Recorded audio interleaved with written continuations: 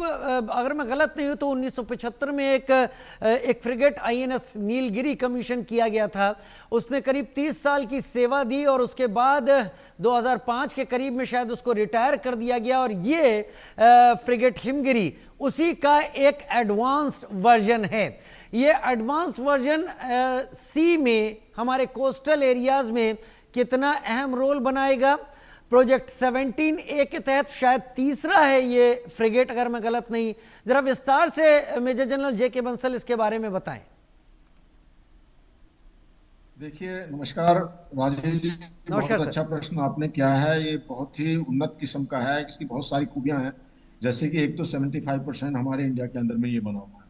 इसके अंदर में जो ब्रह्मोस मिसाइल स्पेसिफिकली तैयार की गई है, जो कि 450 किलोमीटर उसकी मारक क्षमता है, और उसकी जो है वो सरफेस टू एयर और सरफेस टू एंटी सबमरीन भी है। एंटी सबमरीन के अंदर ये इसकी विशेषता है। इसके अलावा जो बराक 8 जो है वो एयर डिफेंस सिस्टम भी इसके अंदर में लगा हुआ है, जो कि हमारे दुश्मनों से उसकी किसी भी तरह से रक्षा करेगा। इसके अंदर में गैस टरबाइन और डीजल दोनों से चलेगा। ये चलने के बाद में जो इसके ऊपर में हेलीकॉप्टर आप उतार सकते हैं। तो इस प्रकार से देखते हुए, जैसे कि आपकी रिपोर्ट में भी कहा गया है कि 225 जवान इसके अंदर में रह सकते हैं सेलर, तो ये बहुत ही उन्नत किस्म का है, जिसकी एक बहुत ही अच्छी मारक क्षमता है। और ये जो भारत की जो नेवल क्षमता को बहुत ज़्यादा बढ़ाएगा, बढ़ा देगा। और जैसे कि भारत का जो ये जो है, ये कोलकाता बेस में बना है, वहाँ पर जो शिप बिल्डिंग में है। और जब से मैंने ये भी देखिए, सबसे बड़ी बात तो ये होती है कि इसमें ब्रह्मोस मिसाइल लगी हुई है, जो हमारी सिस्टम बना हुआ है, उसके गोले हमारे पास में मौजूद हैं। बराक 8 मिसाइल जो है, जो एयर डिफेंस हमारे पास में। तो इस प्रकार से ये जो एक आत्मनिर्भर भारत की तरफ में बहुत ही बड़ा एक उभरता हुआ कदम है, जिससे कि हमारी नेवल क्षमता बहुत ज़्यादा बढ़ जाती है। ये अभी ऑफकोर्स 31 जुलाई को इसको दे दिया गया है नेवी को, लेकिन इसका जो फॉर्मल कमीशन है वो अभी अगस्त के अंदर नहीं हो, अगस्त में होगा, इसके मिडिल में या एंड में होगा। तब जो है इसका जो एक पूरी तरह से एक कमीशन हो जाएगा, और एक बहुत बड़ी शक्ति हमारी नेवल फ्लीट को मिलेगी, जिसकी बहुत ज़्यादा आवश्यकता है आज की तारीख में। जो प्रशांत महासागर के अंदर में, हिंद महासागर के अंदर में जिस प्रकार से जो चीन का बढ़ता हुआ एक वर्चस्व है, उसको कम करने के लिए और पाकिस्तान को जो है अपनी औकात में रहने के लिए एक बहुत ही अच्छा ये एक युद्धपोत फ्रिगेट है। जी राजीव। वाकई ये बहुत ही अच्छा युद्धपोत फ्रिगेट है। आईएनएस नीलगिरी और आईएनएस उदयगिरी के बाद आईएनएस हिमगिरी अब हमारे साथ है। UK Debnath sir, project 17A कहा जा रहा है जिसका ये हिस्सा है, कोलकाता में ये बना है। आत्मनिर्भर भारत के तौर पर इसमें प्राइवेट पार्टनरशिप भी दिख रही है। लेकिन एक P-17 था जो शिवालिक क्लास का था, श्रेणी का था, जो भी आप इसको कहें, और ये P-17A है। कितना बड़ा फर्क है इन दोनों में, और क्या किया जा रहा है? हम आज से 30 से 40 साल आगे के सिनेरियो को ध्यान में रखकर इन प्रोजेक्ट को ले जा रहे हैं क्या? जी हाँ, इसमें कोई शक नहीं है कि हम जो भी वॉरशिप डिजाइन कर रहे हैं उसमें लक्ष्य यही होता है कि आज से 30 साल के बाद या 40 साल के बाद शत्रु के पास कैसी कैपेबिलिटीज होगी, उसको ध्यान में रख के बनाया जा रहा है। तो जैसे प्रोजेक्ट 17 के तहत हमने जो फ्रिगेट्स बनाए उनमें एयर डिफेंस मिसाइल्स थे, लेकिन वो लॉन्चर से लॉन्च होते थे। यानी लॉन्चर जो है दाएं बाएं ऊपर नीचे घूमते थे। उससे दिक्कत क्या आती थी कि एक तो शिप के ऊपर स्पेस काफी ले लिया करते थे, प्लस लॉन्च करने में कुछ सेकंड का डिले हो जाता था, क्योंकि अगर शत्रु दाएं तरफ से आ रहा है तो लॉन्चर को दाएं तरफ घुमाना पड़ता था। शत्रु अगर ऊपर नीचे आ रहा है तो पहले लॉन्चर को ऊपर नीचे करना पड़ता था। अभी 17A में जो मॉडिफिकेशन की गई है वो ये है कि जो मिसाइलें हैं उनको दागते हैं एक वर्टिकल ट्यूब से। यानी ये मिसाइल जो है वो शिप के अंदर रहती हैं ताकि एनवायरनमेंट से एक्सपोज ना हो, और जब लॉन्च होता है तो सीधा पहले 3 सेकंड तक ऊपर की तरफ जाती हैं। उसके बाद मिसाइल जो है अपने आप अपनी थ्रस्टर्स की मदद से दाएं बाएं ऊपर नीचे मुड़ जाती है। तो इससे क्या होता है कि एक तो कम जगह पर ही ज्यादा मिसाइलें आप स्टोर कर सकते हैं। दूसरा है कि अलग से कोई लॉन्चर लगाने की जरूरत नहीं पड़ती, मिसाइल उसी ट्यूब से लॉन्च हो जाती है जिसमें कि स्टोरेज और कैरिज के लिए वो रहती है। इसके अलावा इसमें जो रेडार सिस्टम है, अगर आप देखें, अब प्रोजेक्ट 17A के तहत जितने शिप्स बन रहे हैं उसमें रेडार्स में मूविंग एंटेना नहीं है। इलेक्ट्रॉनिक स्कैन करने वाले एंटेनाज लगाए गए हैं, तो ये एंटेना जो है जहाज की बॉडी पर फिक्स रहते हैं, अगर आप देखें। जी, और ये वो horizon to टिपिकल horizon वो जो electronically तस्वीरें दिखती scan हैं जिसमें एक एंटीना घूमता रहता है, ये वो वाला एंटीना नहीं है। जी हाँ, जी हाँ राजीव जी, होता है कि जो एंटेना घूमने वाला एंटेना था, उस वो आज से 30 साल पहले, 20 साल पहले टेक्नोलॉजी थी, उसमें काफी सारी लिमिटेशंस थी।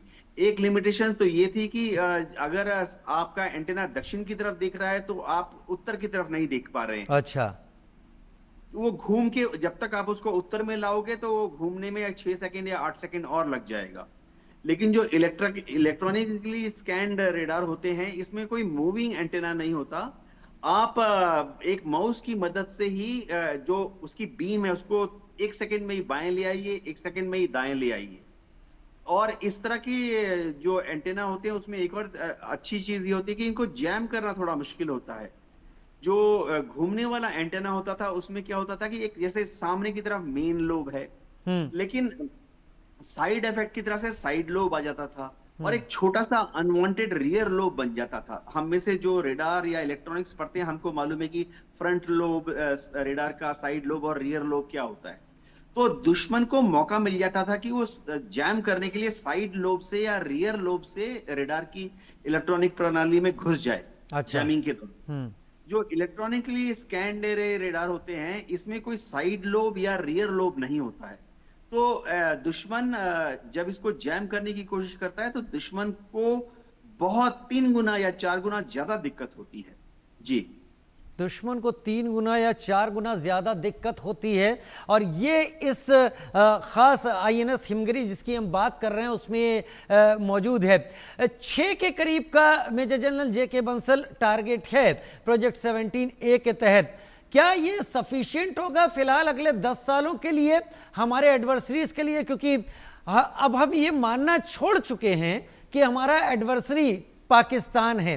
पाकिस्तान तो एक ऐसा मुल्क है जिसे रोग स्टेट ही कहा जा सकता है, लेकिन हम चीन को सी में काउंटर करने के लिए क्या इतने से सेटिस्फाई हो सकते हैं, या फिर 40-50 साल आगे के हिसाब से टेक्नोलॉजी सोचकर अभी बहुत काम किए जाने की जरूरत है, और क्या इसमें वो हो रही है? बिल्कुल सही कहा आपने, बहुत काम करने की आवश्यकता है। ये एक प्रोजेक्ट है जिसमें करीब कीमत जो है उसकी 22,000 करोड़ रुपीस है। और इसके बाद में एक प्रोजेक्ट बनता है, उसको पूरा किया जाता है, आगे जरूरतें हैं कैसी, उसी हिसाब से ये कंटिन्यूअस सतत प्रोसेस है। और सतत प्रोसेस में जो garden reach builders and engineers है, ये एक government under public sector undertaking है, मिनिस्ट्री ऑफ डिफेंस के अंदर में। उसमें बहुत ही इनकी क्षमता है और बहुत इनका एक स्टैंडर्ड्स है, जिसमें करीब 800 शिप्स तो ये जो है कमर्शियल दे चुके हैं। और भारत में जो इन्होंने नेवी को भी काफी शिप्स दी है। तो ये सतत प्रोसेस है, कंटिन्यूअस है। आप इसको ये मत समझिए कि यहाँ पर खत्म हो गया, रुक गया है, ये चलता ही रहेगा। लेकिन हर एक प्रोजेक्ट को लेकर चलना पड़ता है कि उसका एक टाइमलाइन है, उसको पूरा किया है। जैसे वो प्रोजेक्ट पूरा होगा उसके बाद में दूसरा प्रोजेक्ट होगा, उसमें क्या करना है या उसमें क्या इम्प्रूवमेंट करना है। ये जो बाकी हमारी एजेंसीज हैं, खासकर DRDO, defence research and development की जो नेवल विंग है, वो सब कुछ बताती है कि आगे क्या करना है। तो ये करने के बाद में आप ये मत समझिए कि, या हम दर्शकों को आप ये बताना चाहता हूँ कि ये कहीं कोई एंड नहीं है। अभी जो भारत एक स्पीड पे अपनी तरफ निकल चुका है और हर फील्ड में हम बराबर जो इसको करते रहते हैं। जैसे आपने कहा, इसके अंदर में एक एडवांस रडार भी बहुत एडवांस किस्म का है और कुछ स्टिल्थ फीचर भी हैं। तो इन सब बातों को देखते हुए ये जो आगे और भी इम्प्रूवमेंट होंगे, और आगे और बहुत सारे इसी प्रकार के, जैसे पहले हमारे एयरक्राफ्ट कैरियर थे वो वे जो पनडुब्बियां हैं वो बन रही हैं। इसके अलावा जो क्रूजर हैं वो बन रहे हैं। तो इस तरह से सबको देखते हुए डेस्ट्रॉयर हैं। तो एक हर किस्म के जैसे जो युद्ध पोत की आवश्यकता है, जो हमारी जो हमारी नेवल ब्रांच है, जो हमारी नेवी है, जिस तरह की बताती है, तो ये बनता रहेगा और चलता रहेगा। क्योंकि ये हिंदुस्तान में बन रहा, तो इसलिए इसमें उसकी आपूर्ति करने में कोई दिक्कत की बात नहीं है। लेकिन एक बैलेंस तरीके से चलना पड़ेगा, चलना जा सकता है। और अभी कुछ ऐसा भी प्रपोजल है कि हमारा जो है शायद रक्षा बजट भी बढ़ेगा, $6 बिलियन तो अभी गवर्नमेंट ने दिए हैं। और हम भी इस बात को रखते रहे हैं कि पर मौजूदा स्थिति को देखते हुए रक्षा बजट बढ़ाना चाहिए। और ये पार्लियामेंट में भी क्वेश्चन उठा था, डिम्पल यादव ने उठाया था कि जो अभी 1.9% है हमारी जीडीपी का, उसको बढ़ाकर 3% होना चाहिए जब बजट बढ़ेगा। तो इस तरह के जो है हमारे जो नेवल शिप हैं, वेसल्स हैं, वो भी बढ़ेंगे। जी राजीव जी। यूके देवनाथ सर, जून 2009 की बात है जब डीएसी ने इन 7 स्टेल्थ फ्रिगेट की बात की थी और इन्हें प्रोक्योर करने के लिए प्रोजेक्ट 17A जिसकी हम बात कर रहे हैं उसको शुरू करने की बात की थी। मैं जून 2009 को ही अगर ले लेता हूं तो आज हम 2025 में करीब 16 साल बाद आ गए हैं। यानी हमने तब के हिसाब से अगर 40 साल पहले आगे की बात की होगी, उसमें हमारे 16 साल अभी जा चुके हैं। अभी हमें 3 के करीब और मिलने की देर है। हम बहुत ज्यादा टाइम इन सारी चीजों पर लगा नहीं देते क्योंकि टेक्नोलॉजी हर दिन के हिसाब से बदल जाती है कई बार। राजीव जी, इसमें कोई शक नहीं है कि क्योंकि हम एक डेमोक्रेसी हैं तो डिसीजन को लेने में थोड़ा समय लगता है। लेकिन मैं बता सकता हूं कि पिछले कुछ सालों में डिसीजन टेकिंग में थोड़ा गति आई है। हम पूरी तरह से तैयार हैं, ऐसा मेरा मानना है। जैसे हम नेवी की बात अगर करें तो पाकिस्तान की जो नेवी है वो दावा करती है कि उनके पास करीबन 110 टोटल कॉम्बैट शिप्स हैं। तो हमारा इंटेलिजेंस बोलता है उनके पास 9 या 10 फ्रिगेट हैं। उनके पास डिस्ट्रॉयर एक भी नहीं है। उनके पास कॉर्वेट्स हैं 7 या 8, सबमरीन हैं 8 या 12। माइन वॉरफेयर के लिए उन्होंने माइन स्वीपर्स लगा रखे हैं 4। तो पाकिस्तान की नेवी की तुलना में हमारी नेवी फिलहाल मजबूत है। होता यह है कि जैसे हमारी नेवी में अभी हमारे पास करीबन 150 के आसपास फ्रिगेट्स, डिस्ट्रॉयर्स, सबमरीन्स, कॉर्वेट्स हैं, माइन स्वीपर्स हैं। जैसे अभी करीबन 58 और बन रहे हैं जो कि अगले 5 से 10 साल में बन जाएंगे जी। तो बहुत जल्दी हमारे पास 200 से ज्यादा सरफेस शिप्स और सबमरीन हो जाएंगी। लोग कई बार तुलना कर देते हैं चीन की नेवी के साथ। देखिए, चीन की नेवी के पास एक्टिव नेवी जो है करीबन 370 है। बहुत जल्दी है, वह कोशिश कर रहे हैं कि 600 शिप्स बना लेंगे। लेकिन ये समझना पड़ेगा कि चीन की नेवी ज्यादातर कोस्टल एरिया में युद्ध करने के लिए तैयार हो रही है, जैसे कोस्ट गार्ड के शिप्स होते हैं। और चीन की नेवी को तो हम तो नहीं जाएंगे चीन तक लड़ने के लिए साउथ चाइना सी या ईस्ट चाइना सी में। हमारी नेवी को चीन की नेवी का मुकाबला सिर्फ इंडियन ओशन में करना है, बे ऑफ बंगाल में करना है, अरब सागर में करना है। तो जो हमारा आकलन है मिनिस्ट्री ऑफ डिफेंस में, एनएसए के ऑफिस में जो आकलन है वो ये है कि चीन की नेवी हिंद महासागर में या बे ऑफ बंगाल में या अरब सागर में शायद आमतौर पर 8 से लेके 12 तक शिप्स या सबमरीन रखती है। अभी भी आज की तारीख में भी देखें तो शायद करीबन 8 उनके पानी के जहाज और 2 सबमरीन हिंद महासागर में घूम रहे हैं। अगर टेंशन हो जाता है, युद्ध हो जाता है, तो ज्यादा से ज्यादा चीन की नेवी हिंद महासागर में समझिए करीबन 20 या 30 शिप्स और सबमरीन डिप्लॉय कर सकती है। हम उनके मुकाबले भारी ही पड़ेंगे क्योंकि ये जब चीन से आएंगी युद्ध लड़ने के लिए तो स्ट्रेट ऑफ मलाका से ही आएंगी। और स्ट्रेट ऑफ मलाका में हमने हमारी इंटेलिजेंस नेटवर्क पानी के ऊपर, पानी पर और पानी के नीचे बहुत बढ़िया बनाया हुआ है। तो जैसे ही आएंगी तो अंडमान निकोबार में जो हमारा जॉइंट कमांड है वो इसको ढूंढ लेगा, रिपोर्ट करेगा और उसके बाद नेवी की जो P8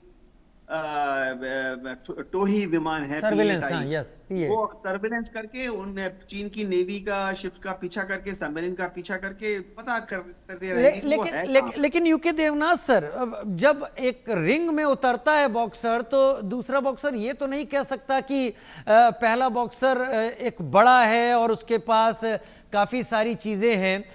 दूसरे बॉक्सर को भी तो ये बताना होगा कि हम उसके साथ लड़ने के दौर में क्या तैयारी करके जा रहे हैं। जाहिर सी बात है, मैं जो देख पाया था करीब 160 फ्रिगेट की बात थी तब। हमें अब तक कितने मिले हैं मैं इस बारे में थोड़ा अनअवेयर हूं, लेकिन 160 का आंकड़ा था। क्या हम चीन की तुलना में अगर उसी को एडवर्सरी माने तो क्या हम उतनी ही तेजी से आगे बढ़ रहे हैं जितनी तेजी से बढ़ना चाहिए, देवनाथ सर? हाँ, आपका कहना सही है, लेकिन बहुत ऊंचे स्तर पर विचार विमर्श करके यह तय हुआ है कि हम चीन का